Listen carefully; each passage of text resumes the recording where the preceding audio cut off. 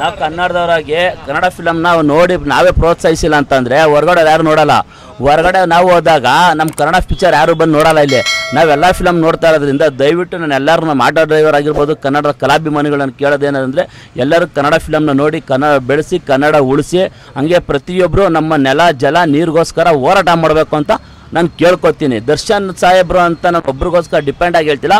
ಯಾರೇ ಹೊಸಬ್ರು ಬರಲಿ ಹಳಬ್ರು ಬರಲಿ ಎಲ್ಲರಿಗೂ ಎಂಕರೇಜ್ ಮಾಡಿ ಎಲ್ಲ ಕನ್ನಡ ಫಿಲಮ್ನ ನೋಡಬೇಕು ಅನ್ನೋದೇ ನನ್ನ ಆಸೆ ಸರ್. ಮತ್ತು ರಾಜ್ಕುಮಾರ್, ವಿಷ್ಣುವರ್ಧನ್, ಅಂಬರೀಷು, ನಮ್ಮ ಶಂಕರ್ ನಾಗಣ್ಣವರು ಮತ್ತೆ ಹುಟ್ಟಿ ಬರಬೇಕು ಅನ್ನೋದು ನಮ್ಮದೊಂದು ಆಸೆ ಇದೆ ಅಷ್ಟೇ. ಓಕೆ ಅಣ್ಣ, ಈ Kaatera cinema full sold out ಆಗಿದೆ, ಇದ್ರ ಬಗ್ಗೆ ಏನು ಹೇಳಿ ಸರ್? ಕಾಟೇರ ಫಿಲಮ್ ಅಂತ ಅಂದರೆ ಚೆನ್ನಾಗಿತ್ತು ಅಂದರೆ ಪ್ರತಿಯೊಬ್ಬರು ನಾನು ಹೇಳೋದೇನೆಂದರೆ ಈಗಿನ ಜನ್ರೇಷನ್ ಬರೋ ಫಿಲಮಲ್ಲಿ ಏನಂದರೆ ಒಂದು ಫ್ಯಾಮಿಲಿ ಕೂತ್ಕೊಂಡು ನೋಡೋಕ್ಕಾಗ್ತಿಲ್ಲ.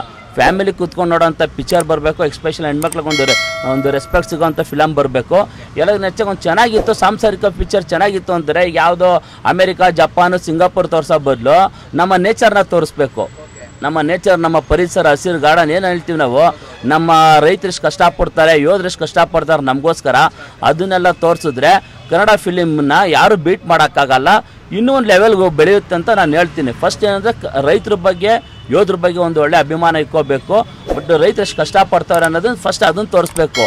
ಇವರೆಲ್ಲ ಕೂತ್ಕೊಂಡು ಅಮೇರಿಕದಲ್ಲಿ ಕೂತ್ಕೊಂಡು ಅದ್ಯಾವುದೋ ಬಿಲ್ಡಿಂಗ್ ತೋರಿಸೋದು, ಸಿಂಗಾಪುರ್ ಕೂತ್ಕೊಂಡು ಇನ್ನೇನೋ ತೋರಿಸೋದಲ್ಲ. ಫಸ್ಟ್ ರೈತರು ಇವರು ಏನು ಕಷ್ಟಪಡ್ತಿದ್ದಾರೆ, ಬಟ್ ಅವರಿಂದ ಇವತ್ತು ನಾವಿದ್ದೀವಿ, ನಮ್ಮಿಂದ ಅವರಲ್ಲ, ಅವ್ರನ್ನ ತೋರಿಸ್ಬೇಕು. ಅವ್ರೆಷ್ಟು ಕಷ್ಟಪಡ್ತಿದ್ದಾರೆ ಅಂದ್ಬಿಟ್ಟು ಯಾವುದೇ ಒಂದು ಕನ್ನಡ ಫಿಲಮ್ ತೆಗೆದ್ರೂ ಅಟ್ಲೀಸ್ಟ್ ಒಂದು ½ ಅವರು ಆ ರೈತರು ಏನು ಕಷ್ಟಪಡ್ತಿದ್ದಾರೆ, ಯುದ್ಧ ಭೂಮಿಲಿ ನಮ್ಮ ಯೋಧರು ಏನು ಕಷ್ಟಪಡ್ತಿದ್ದಾರೆ ನಮಗೋಸ್ಕರ ಹಗಲು ರಾತ್ರಿ, ಅದನ್ನೊಂದು ಅರ್ಧ ಗಂಟೆ ತೋರಿಸ್ಬೇಕು ಅನ್ನೋದು ನನ್ನ ಆಸೆ ಸರ್. ಅಷ್ಟೇ ನಾನು ಹೇಳೋಕ್ಕೆ ಇಷ್ಟಪಡ್ತೀನಿ.